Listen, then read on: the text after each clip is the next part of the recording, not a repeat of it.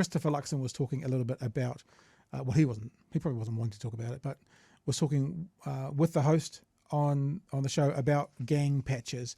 And they started the conversation with, what is a gang patch? What is a gang patch to you? That's what I said. Look, we can discuss this. We discussed this on the other side of the election. Gang membership's up 70% under this government. Violent crimes up over 30%. All we're doing is extending, removal of gang patches in public places. So what is a gang patch to you then? A gang patch on, an insignia on the back of someone's jacket, and everything we've talked about is well understood in New Zealand. It's happened in Queensland. It's happened in Western Australia. We've done it already in New Zealand about banning gang patches in public places like hospitals and schools and courtrooms. All we're doing is expanding it into public places. Would you have a list perhaps or names or designs of gang patches that you would then mandate were banned? Again, they're under the existing legislation today, where gang patches are banned in courtrooms, schools and hospitals.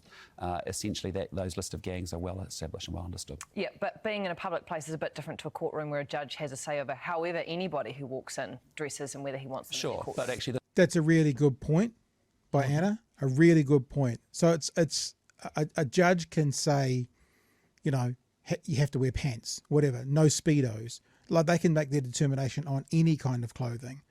Any way someone's dressed coming into their courtroom. You can't do that in the town square. Like, you can't say no flip-flops in a town square. You can't say you're not allowed to wear Nikes. You can't say, you silly students, you can't go to the Octagon wearing, flippers and Speedos, because there's no Speedos in the Octagon. So there is quite a big difference here, that the control that a judge can do with a judge's order in his or her courtroom is very different to a public space. So it's actually a really good question, and you'll be surprised that there's a lacking of an answer. This has happened in other parts of the world. We're confident our police will be able to enforce it, and it's about intimidation, and New Zealanders get that and they understand that. And so he keeps saying this, New Zealanders get that and they understand that. He's apparently speaking on behalf of us, but maybe I'm the only 1 out of 5 million. I don't get it. And the other thing I don't get, and this is what we wrote in the introduction to this episode, is he's thrown before and continues to throw the police a hospital pass. Now, last week when we talked about this conversation, he hadn't talked to the chief of police. But he's saying, quote, and I've written it down, our police will be able to enforce it. So they haven't made the legislation yet. Remember, he talked about the police going into a funeral with maybe 1,500 gang members, and the police would go into that funeral and take the jackets off people. I think he did that in one of the debates. So it feels to me like there's this hospital pass being thrown, basically saying, whatever we do, however flimsy the law is, however much danger it puts police in, they'll handle it.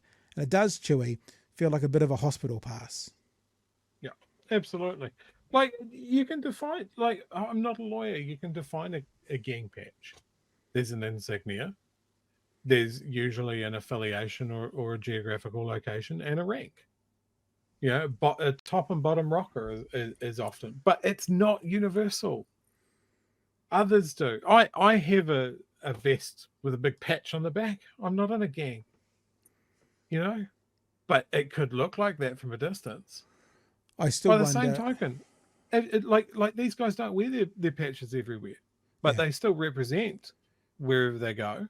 If you saw a guy wearing black tracksuit pants, red basketball shoes, a red hoodie, maybe a red bandana, what gang is that guy in?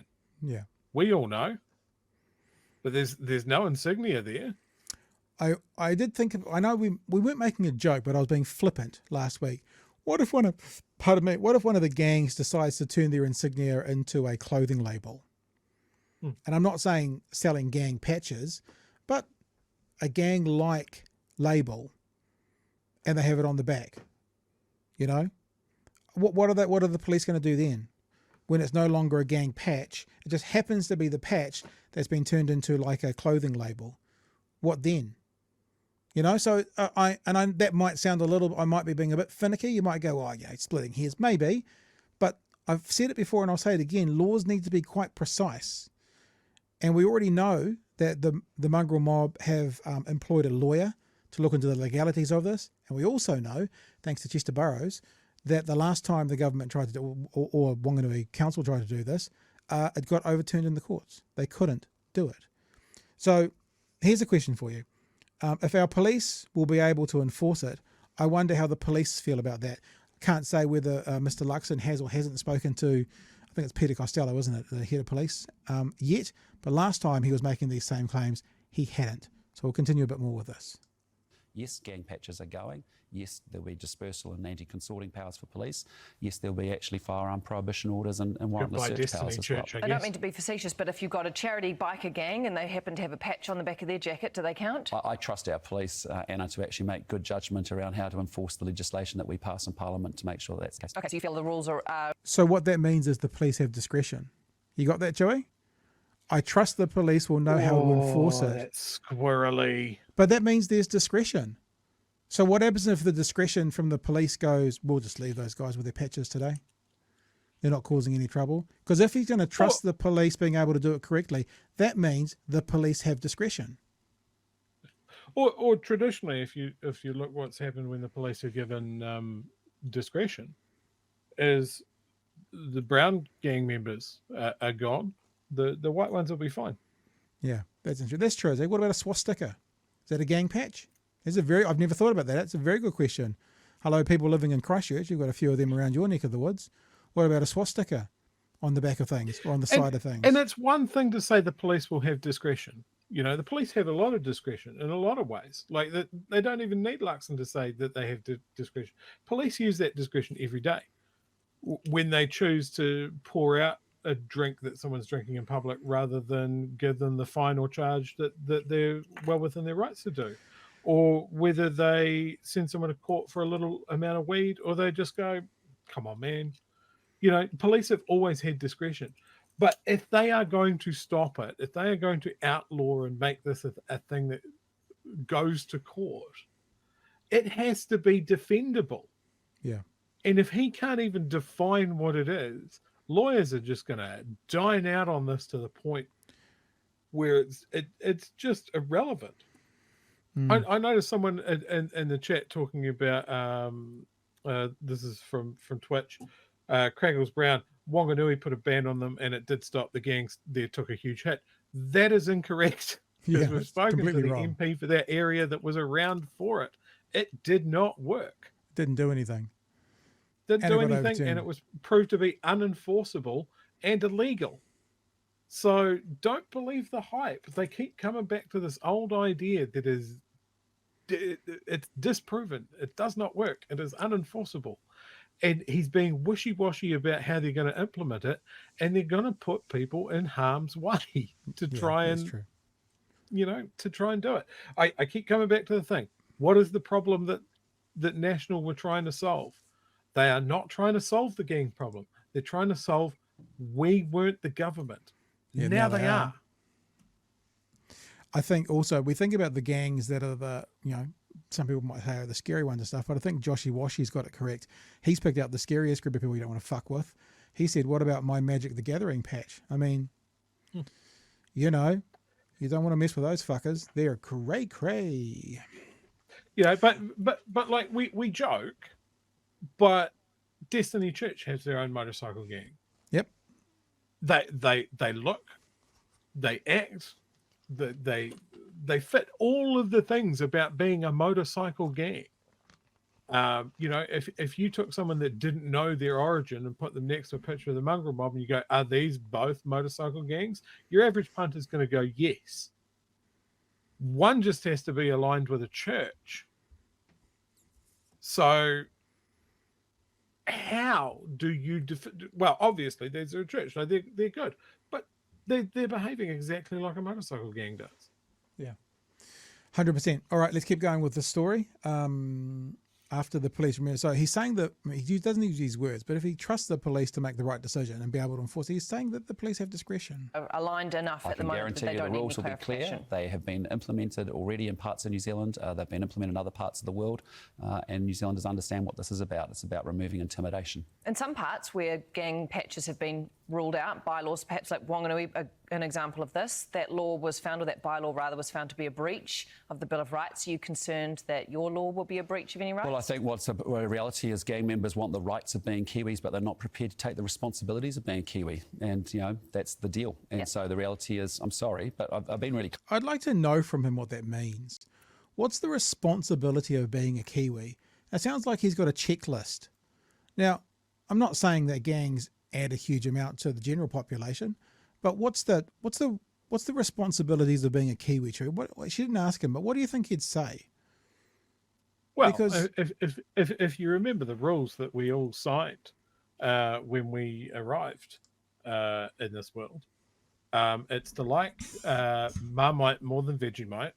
yes, I do that. It's to call thongs jandals. Yep, I do that. It's to wear shorts in all weather. Yep, I definitely do that. There's some regional stuff as well, mainly around drinking space. Yeah, the thing you missed out though, the thing you missed out was summer shoes are jandals, winter shoes are socks and jandals. That's the other thing about being a Kiwi.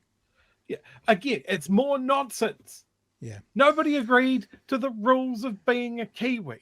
What bullshit are you talking?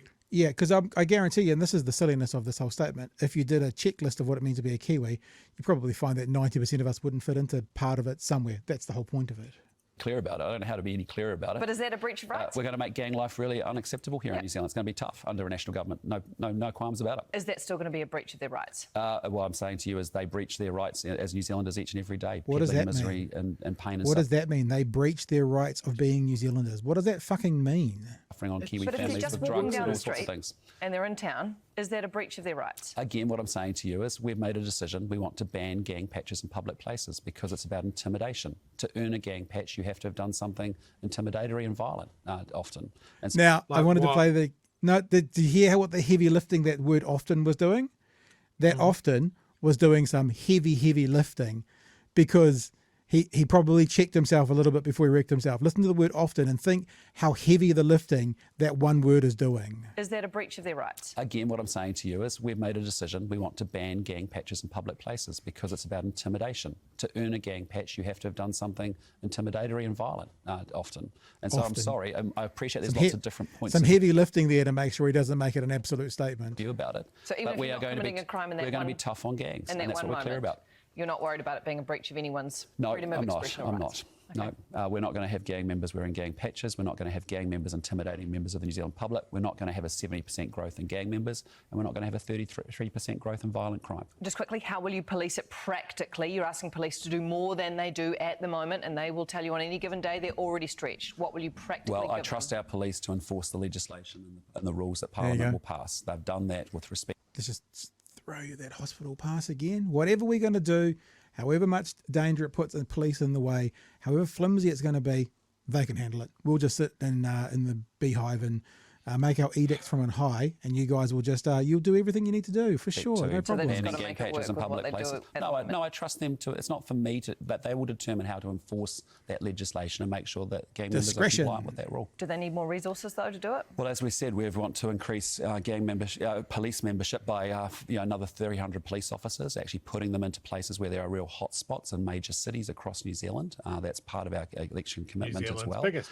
And we want to make sure that our police have all the tools that they need to actually fight gangs, to have serious consequences for young offenders and a whole range of things. As I said in the campaign, we're really serious about this. We need to restore law and order. We need to restore personal responsibility. We're going to do that. All right, just quickly.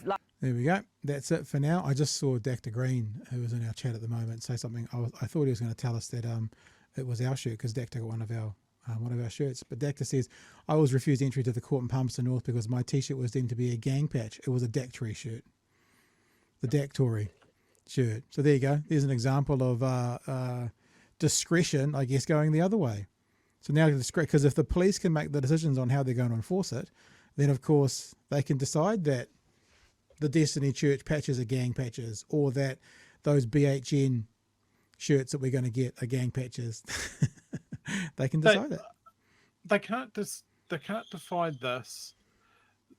Our potential incoming police minister is making comments about gang members having to wear foundation to cover up tattoos before breaking the law. This is just idiocy. Well, These that's guys, actually you can't combat something without understanding it. These guys clearly do not understand how to solve the gang problem.